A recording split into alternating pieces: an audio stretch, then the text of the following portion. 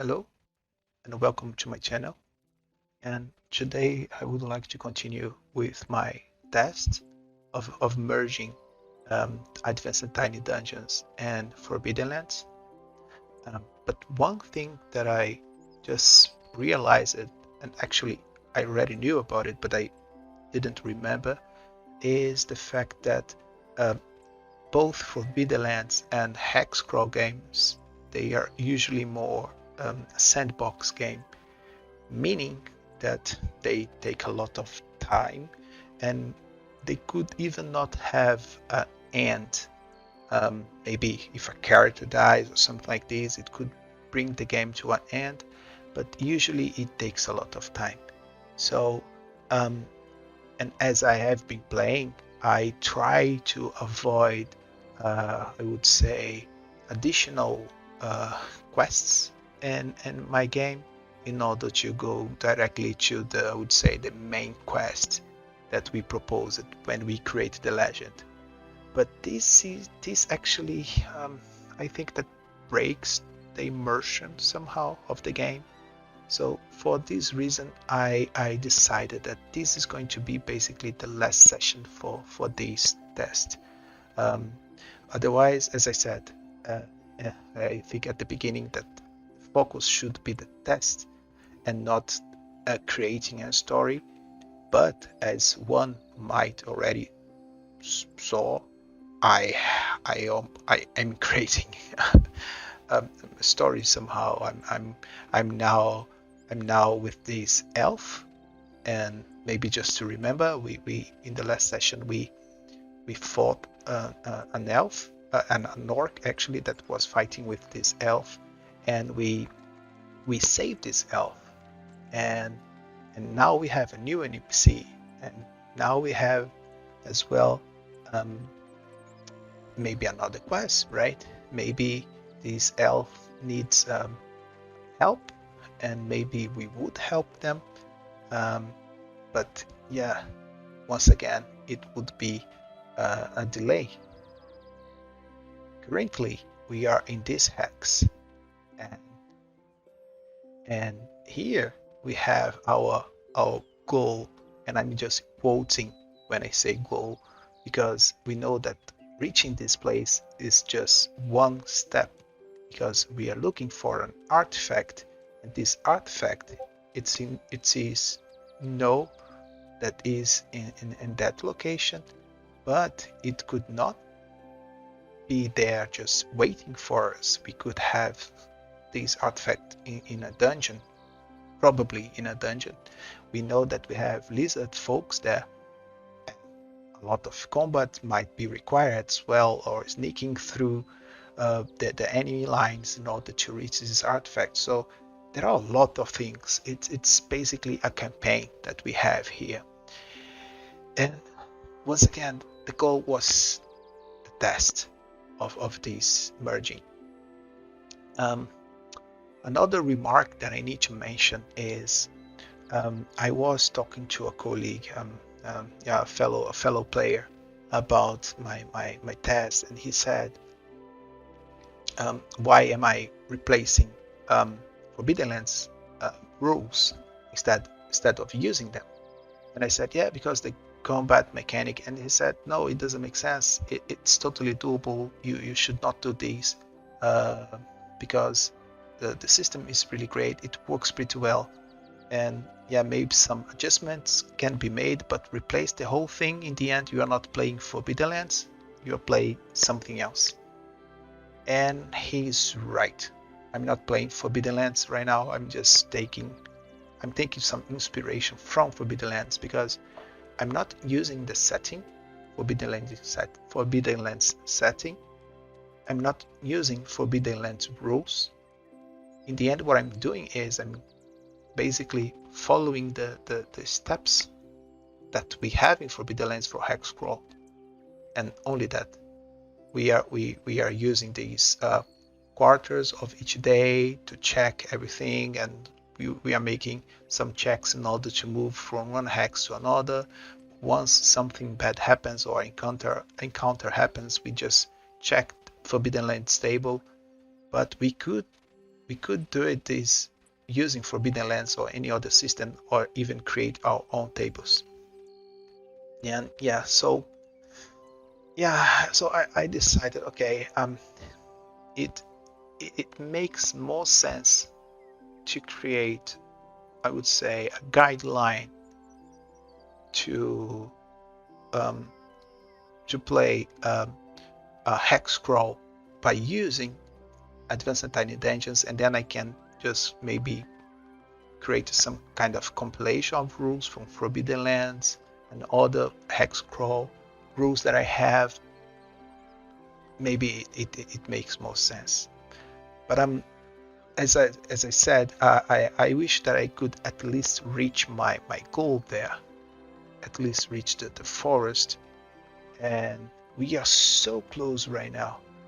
And I think that I'm going to try a little bit more, just to have a better feeling of what can be done afterwards. So, as I said, we stopped when we fought this orc and we saved this elf.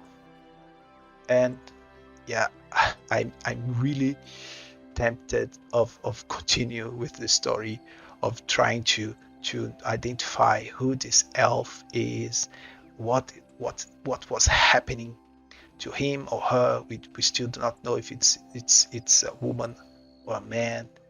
Yeah, I'm really tempting of doing this, but I won't.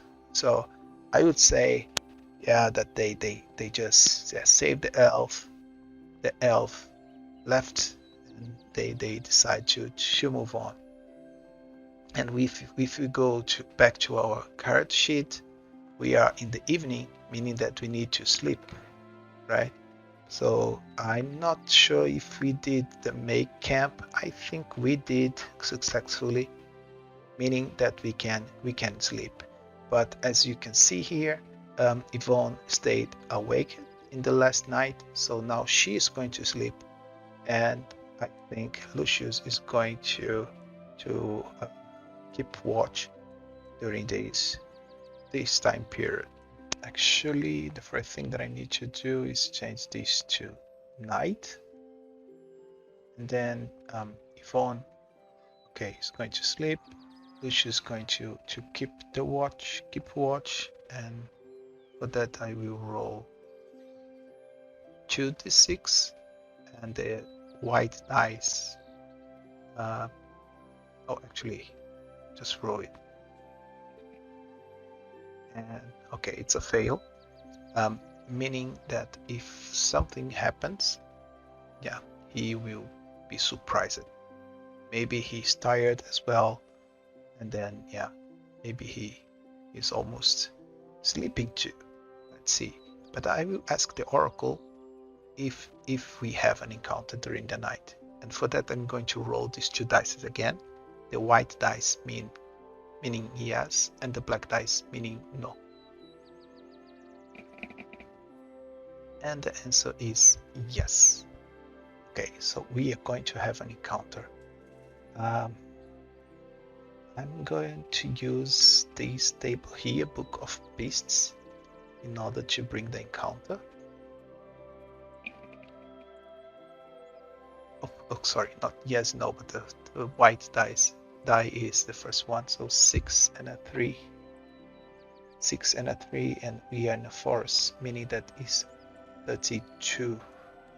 Okay, and for the encounter, it says magical glade. You suddenly find yourself in a shimmering glade where the surrounding trees are adorned with feathers and wind chimes. The faint ethereal tinkle of the wind chimes is as beautiful as it is eerie, and several of the trees have archaic symbols carved into the bark. Okay, and it says here that it's a druidic rune in these trees. If I have this lore skill, the adventurer who spent the night in the glades gains an extra willpower point. But yeah, once again, as I'm not using the Forbidden Lands um, setting and even the rules, it does not apply, but I could use these as a as an inspiration for my game. And if I go back to my characters, I know that okay, Lucius failed on his keeping watching action. Yvonne is sleeping. So what I would say is that actually Lucius slept as well. But the encounter is not something harmful for them. Actually, it's something beneficial for them.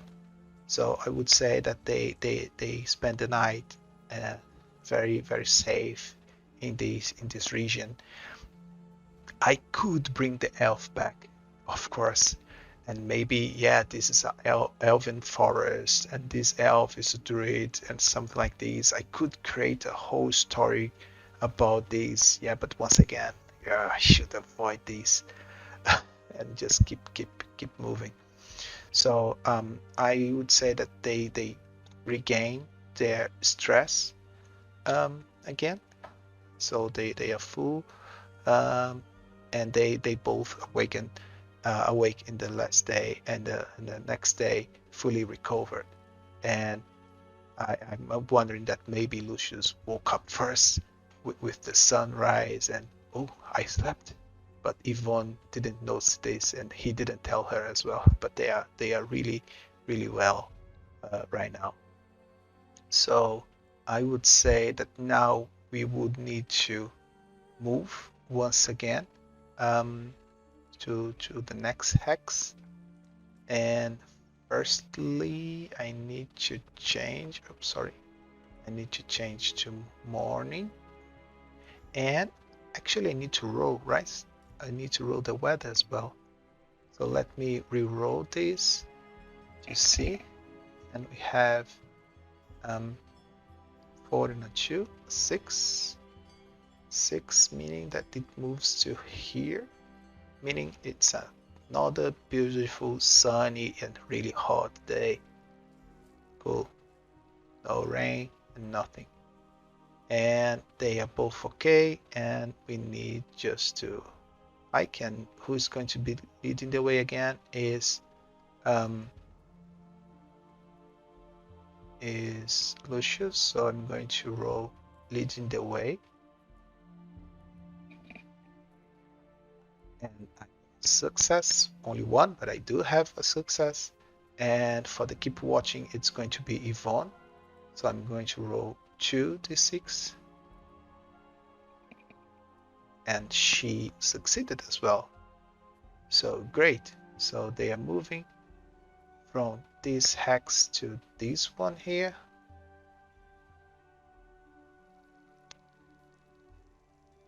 Okay, and now what I need to do is, okay, we move it 1/4, and I need to roll an encounter.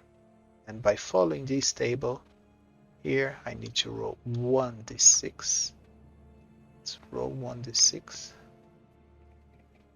It's a 2, meaning that I need to roll on this one or this one here. So I think I'm going to stick with the Book of Beasts right now. So 2d6, the white dice is going to be the first one. Let's roll. A 4 and a 1 in a forest, meaning we have encounter 17. Okay, an orcish delicacy. There are meter-high mushrooms growing in the gloom beneath a group of trees nearby. Their funnel-shaped caps are emitting a faint fluorescent light in a Venus shade of green. Okay, I think this is really danger, right? This is dangerous. We should not try to eat these or touch these. But adventurers who succeed in a survival role recognize the mushroom as glowy green caps. In their unprocessed form, they are literally poisonous. Okay, to everyone but orcs. Okay, but the poison disappears if they are sliced and dried in the sun. Prepared that way, the glowing green cap makes excellent food for travelers, light, long-lasting, and nutritious. Unprocessed glowing green cap is considered a delicacy by the orcs and can be extremely useful in negotiations among orcs. Among orcs, the price per unit is 1d10 silver coins. Okay, this is really great once again. We were fighting with our orc, right? And we saved this elf. So we could have this druidic forest as we were, and now we have this orcish maybe area, and maybe this is the reason that they were fighting. Maybe these orcs, they are not from here, but they are here now because they have this orcish delicacy here, and maybe there is some kind of orcish settlement nearby.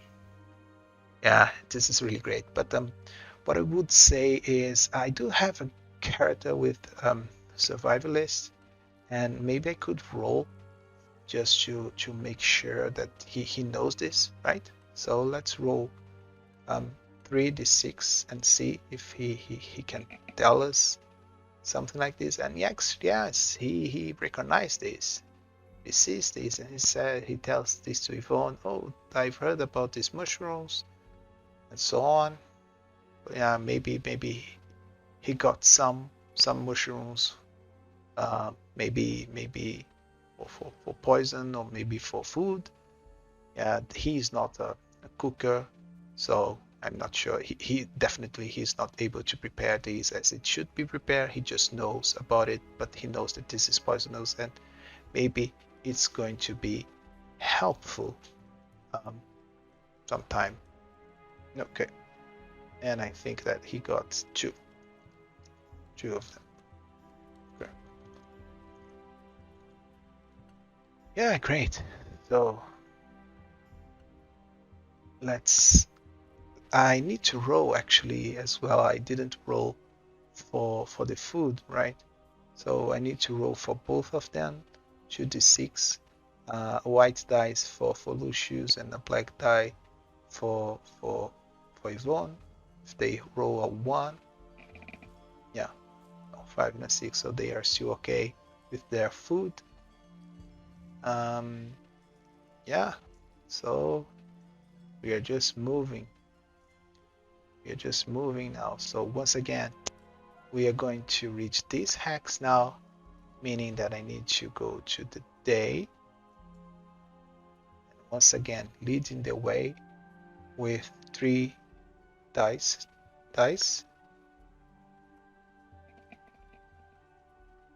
And this is a fail. I failed on lead the way. Let's roll keep watch. And I failed too. Okay, so I can just check a mishap for this roll. So if I go here in the browser, we do have these leading the way mishaps, and massive rainfall or snowstorm, depending on the time of the year. Catches you unaware, you must roll for the effects of cold. Okay, page 111. You must also seek shelter until the storm has passed and won't make any progress on the map during this quarter day. Okay, yeah. So yeah, although it's a sunny day, yeah, this happened, and maybe it's summer. I didn't define the season, but I would say that we just move it to here because it would be possible actually to move in this direction, and this direction would mean that we would go here.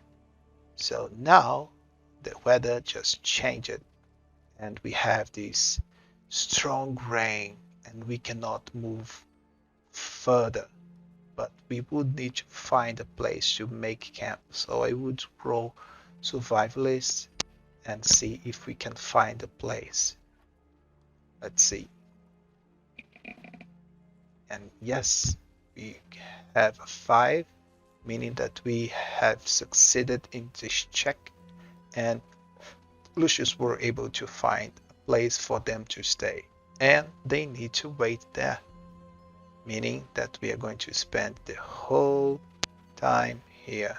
I found a place, but I need to make camp, right? Or I just roll survivalist in order to find this place, but I still need to make camp. So I'm going to re-roll this, and I failed. Okay, when I failed, I know that I will still be able to rest, but I have to check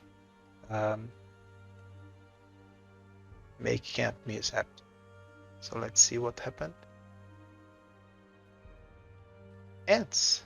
Your camp sits in the middle of an ant road. You all suffer 1 point of damage to agility, and no one gets any sleep here. Whoa. Whoa. This is not good. This is not good. Okay. Okay. So yeah, both are going to be sleepless, and yeah, I didn't define the effect, but I could say maybe we roll everything with a disadvantage, or we have a -1 in our rolls. Both would work properly here in this situation. Actually, I'm not sure what is the worst. I think a -1 is okay for each roll from now. So we spent the day. I'm sorry. So we spent the day, and we go to the evening. So we can't go to another place. It's raining a lot, and we cannot move forward. But would we be able to find another place? No, I don't think so, right? Otherwise, I would be cheating. Okay, so I'm just going to roll for their food once again. Okay, 4 and a 1. Lucius actually spent food, and Yvonne is still okay. Yeah, so they are now in the evening, and yeah, let's go to the night. And they are not going to be able to sleep, but I'm going to keep watch for them. No one has advantage on it, but as they have -1, but as they are both awakened, I would say that they would have a +1. One of them would be assisting the other one. So due to the assistance, I would say that it's -1 and +1, meaning there is no change. Just playing number here, two dice and see, and it's a fail. Okay, again a fail. Okay, so now I need to roll for an encounter, and yeah, I already rolled twice here. Let me roll here now. And the white die is the first one. It's a 2 and a 6. 2 and a 6. Oh, okay, so nothing happens. Besides the ants, we cannot sleep. We are really tired. Yeah, then I believe that in the morning the weather is better, right? Let's see, I'm not sure. Let's see. Let's re-roll this. 5 and a 1, it's a 6, meaning that it's still raining, but not so much. One thing actually, it said that they take damage to their agility. So I'm going just to place this damage here. It's a physical damage instead of stress. It's a trauma, it's not a stress. Yeah.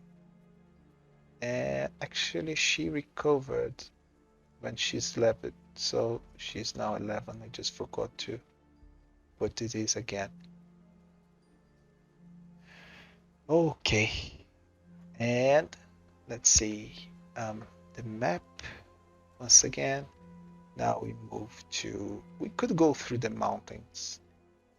Could go through the mountains just to, otherwise it could be faster, right? Let's see. So we decide to go through the mountains. I'm going to roll survivalist with a -1. So -1 to our roll. Let's see. So we failed because the 5 becomes 4. Yeah, this is not good. So once again, we have a mishap for leading the way.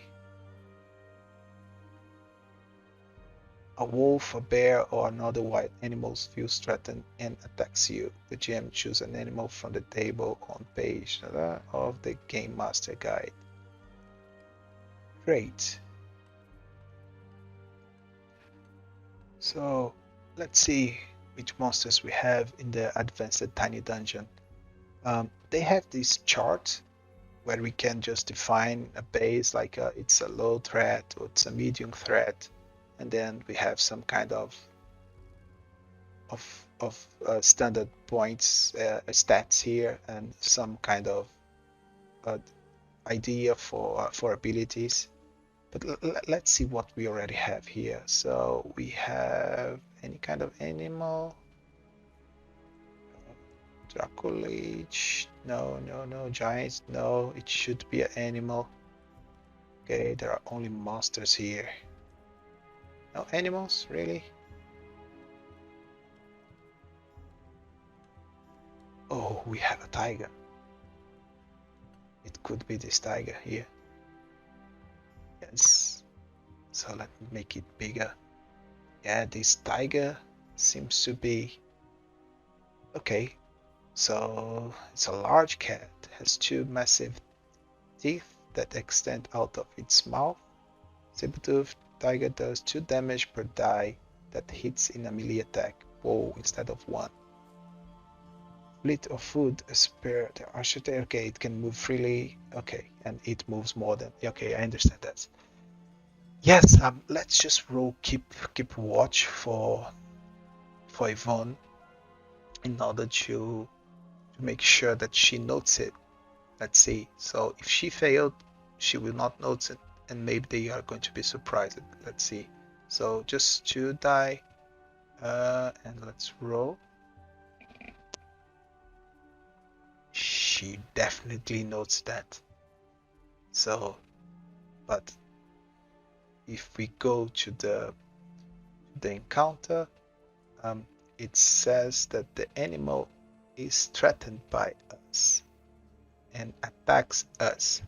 So what I think is that we are not able to surprise this animal. The animal just notes it us, right? So I would say that this green one is the saber-tooth tiger, and the blue one is, actually let me just change this a little bit. Okay, now it's way better. And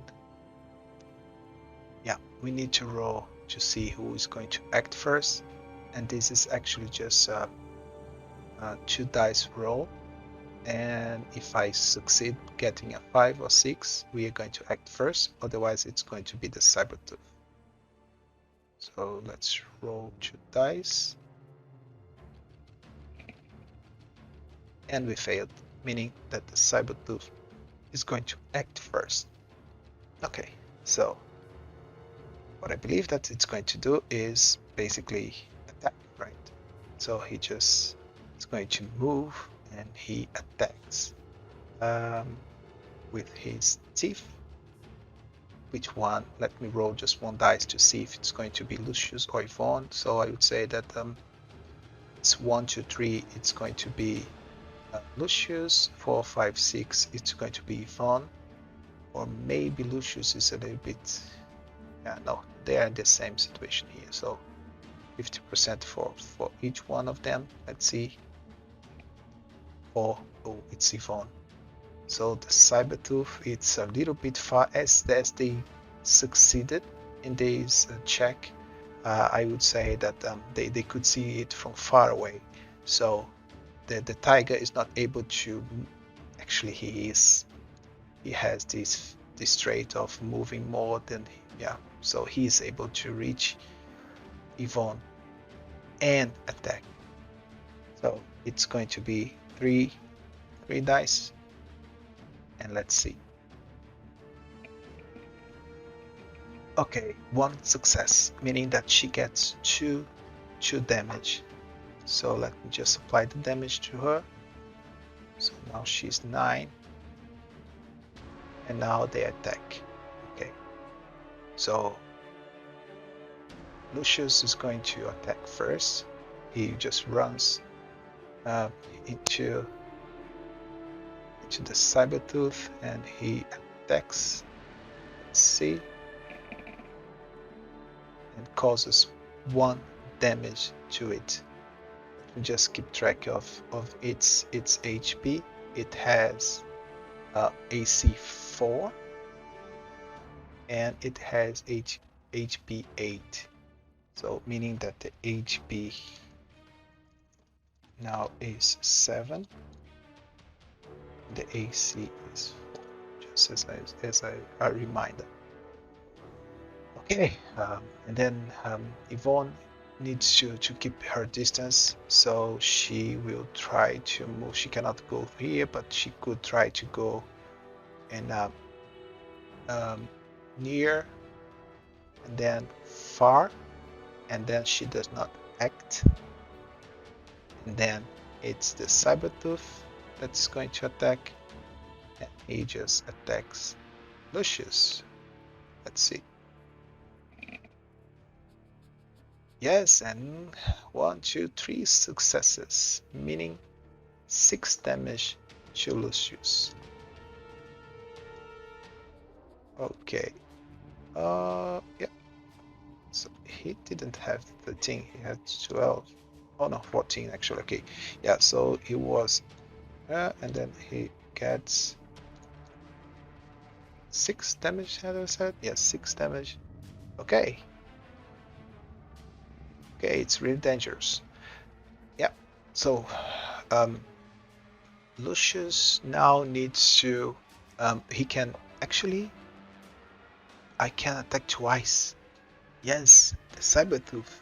He just attack it, and now he can attack again.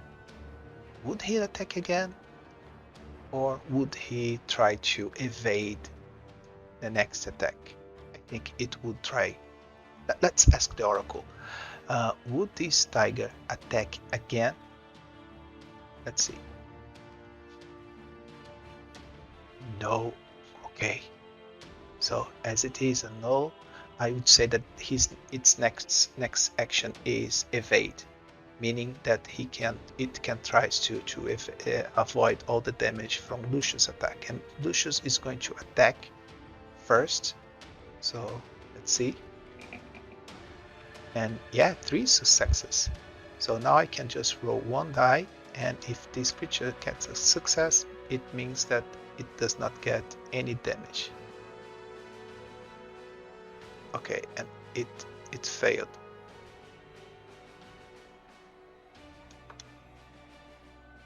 So it's 3 damage to it. Okay, and then Lucius can attack again. So let's attack again. 2 successes.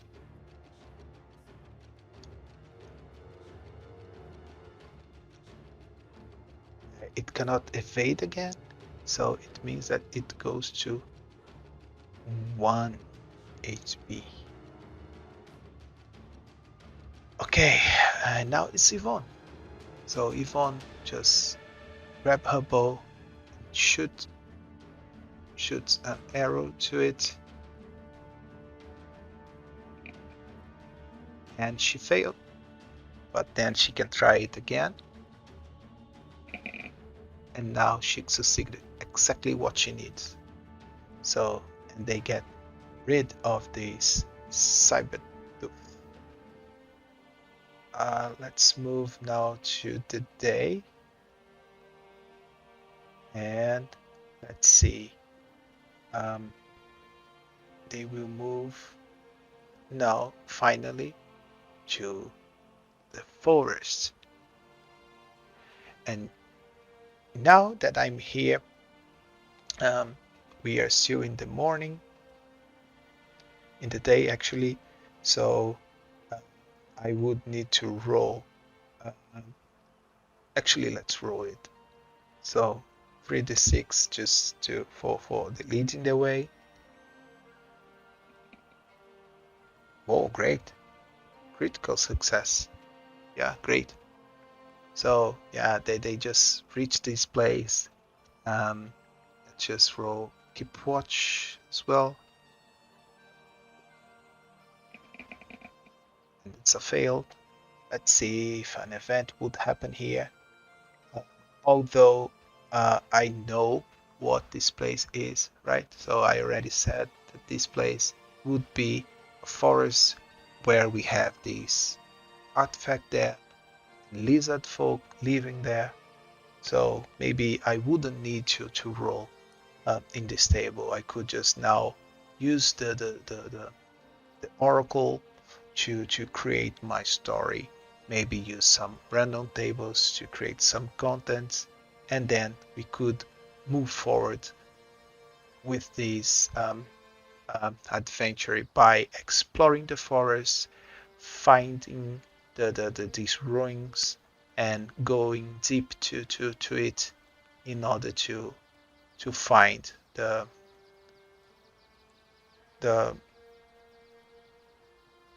the artifact. I would like to share my feelings regarding this test. As I said at the beginning, um, in the end, I'm not playing Forbidden Lands, definitely. Uh, so I don't think that I am doing a merging of two systems here. I'm just using Advanced Tiny Dungeons and Forbidden Lands hex scroll rules, and it worked. It worked, not as a merging, but as a system. It worked. At least for me, I see a good potential here. I can see that the mechanic of hex uh, exploration, the hex crawler of Forbidden Lands works pretty well. The idea of rolling some traits or some skills, um, the idea of having a quarter of the during the days, 4 quarters, and then define some actions. This is something that I really see that worked. Yeah, these random tables from Forbidden Lands for encounters, um, I would still use them as an inspiration, but I think that I could add more um, encounter tables to this game.